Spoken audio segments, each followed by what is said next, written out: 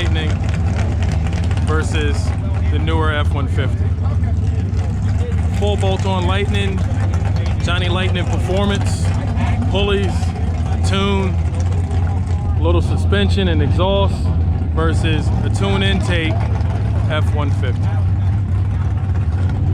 So we'll see how the old Lightning stacks up against the newer F-150. We'll discuss afterwards how that new Lightning will stack up. So let's jump into it.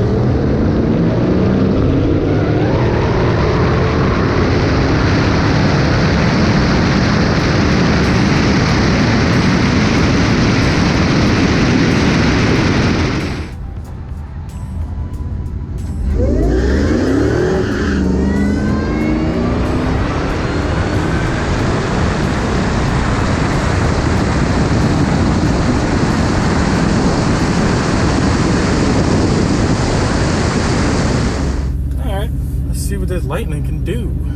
Let's see what we do with the Lightning. However you want to look at it.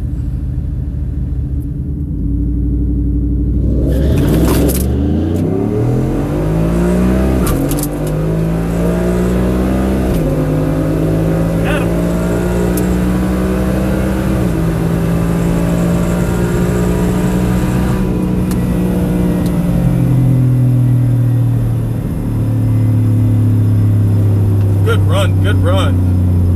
We're able to pull that one out.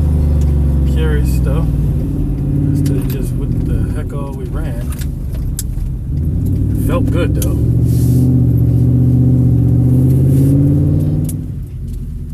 Thank you.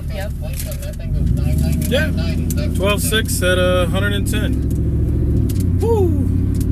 And I waited there at the light for a while too. Lightning ran at 13.3 at 106.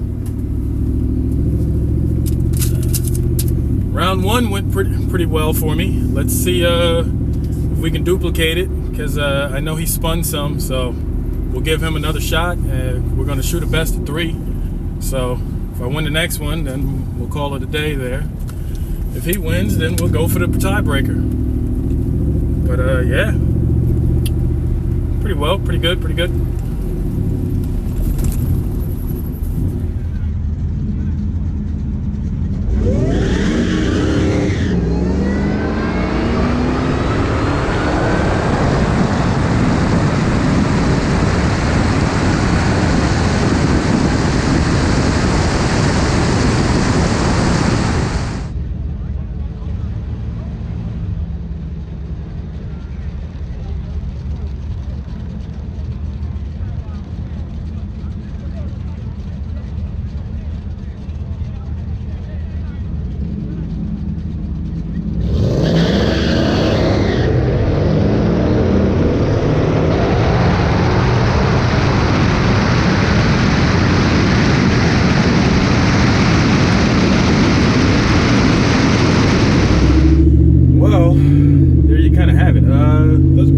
fun race there. Unfortunately, the Lightning couldn't get good traction. He kept spinning. So we're going to try this again. Hopefully he'll have a tire on and we'll get a chance to do it before I put the blower on. I'd like to have the NA comparison, because when I put the blower on, I'll just plain and simply have a lot more power.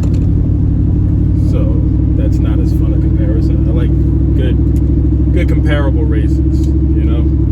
So whether I'm high horsepower, I like to race other guys that are high horsepower, or at least set up to run something similar. So we'll see. If not, I have another buddy with a much higher horsepower Lightning. It's a fully built Lightning, like engine, Whipple, everything. So if I wind up with the blower on, then me and him, was that thunder? Yes, that was. There was thunder right behind it. Jeez. Thunder right as I'm crossing the bridge, so it's like you don't know if something on the bridge just broke or the thunder, even though you saw the lightning. But you gotta love it. Which brings us back to the new 2022 or 23 Ford Lightning. Yeah. To say that I'm underwhelmed is a little bit of an understatement. My biggest thing, I mean, I see what Ford's doing. I get it. I would like that if they at least did an actual performance version of it. That would give me a lot more comfort and feel better about it. I mean, would I get an EV F-150 that they've branded the Lightning? Probably. I'd like to see how it really is, you know, get a real opinion of it. But at the same time, if they would have gave me an option for a regular cab, lowered performance driven version, I'd be far more excited. So even if the performance driven version is, say, half a second faster than the regular version that's larger and not performance orientated, but what can you do? We'll see, especially with Tesla dropping their, what is it, Cybertruck. I think they have another truck as well. Both of those have pretty good range, and both of those are going to be pretty quick. I mean, we're talking 10-second trucks. So we'll see what the Ford one actually can do. The range, I'm not a big fan on. I mean, it says it's 300-mile range, and it didn't say, and that's with the extended battery. It didn't say how far the range would be while towing. That's a big thing. And 300 miles, both of my current F-150s, the 12th gen and the 13th gen, I get more than that range on gasoline. And the 12th gen is my main workhorse. So that's basically at times not even a full day's drive for me. And then when I do like events and stuff, sometimes, like I've driven down to Florida, I've driven to Texas. Like, I don't know if I want to take the extension of that drive doing an EV that only has 300 miles. That might be quite aggravating, because you figure my 12th gen or even my 13th gen. My 13th gen, I get about 450 or so miles to the tank. So to 500. I think 93, I think I'm around like 5 and a quarter. Now, the thing is, if I go to Florida, Florida's 1,200 miles, some parts a little further. So that's 2 to 3 stops. Really 2 stops, because when you leave your house, usually you leave full. So I leave full there, I make 2 stops along the way. Each stop only takes an additional, we'll call it 15 minutes, because we're going to do a bathroom break while it's filling up, and you're on your way. So with 300 miles, now you're talking about 4 to 5 stops for that same type of distance, and each one taking, well, I think the quickest charge, and I'm not even positive when I looked at the quickest charge, it said like 40-something minutes. I don't even think that was 100% charge. I don't think that was a 0 to 100. So with that being said, that makes it even worse, which is why I say possibly 5 stops, even though 4 times 3 is 12. But without that being a full charge, possibly, then you wind up with like a 5th stop pop in there adding in. So I'm a little, like I said, underwhelmed. So more information to be released as it gets closer to production, but I'm a little disappointed in, that's what happens when you go under a tunnel. I'm a little disappointed in the specs. Like the torque spec is great, the horsepower spec is pretty decent. I mean, I say decent, I mean Hummer's unveiling theirs 1,000 horsepower, you know. The Cybertruck, they're telling you 10-second quarter mile, you know what I mean? Like, we'll see. And even so, with all of the testing that Ford showed in the videos, like they showed their test going through puddles at speed, not going through the creeping really. I didn't see any where you're going through a puddle that's up to, say, midway or to the top of your rim, going through that type of water at a slow crawl. That'd be a little more interesting. I saw it going at speed, and if you go at speed, you know, and anyone knows, if you can make it through the puddle at speed, you're basically parting the water.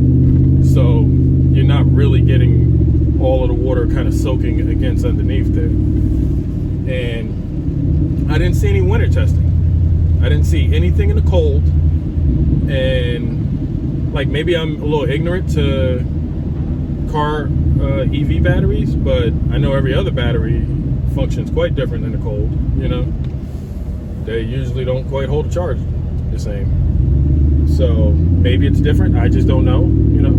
I can acknowledge. But I'd like to see what the winter testing is, especially for like the guys up in Minnesota, or like I said, I work all over the country at times, so I'm in very cold states, and I'd like to know.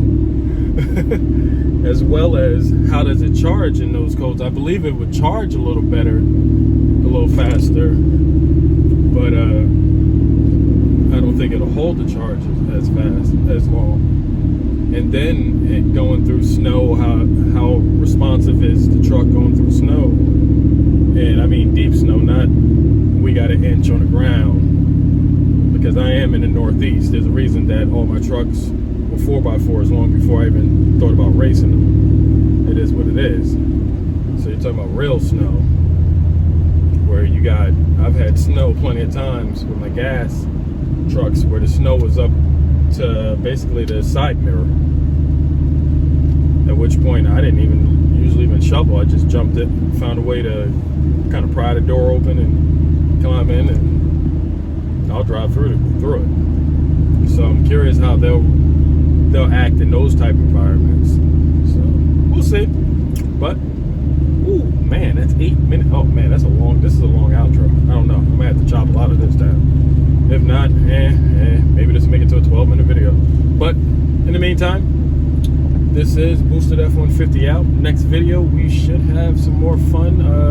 It'll probably be us at Carlisle, where we'll be unveiling the newest mods and setup, and then the following videos will go into some of those mods and setups with more track testing. So in the meantime, Boosted F-150 out.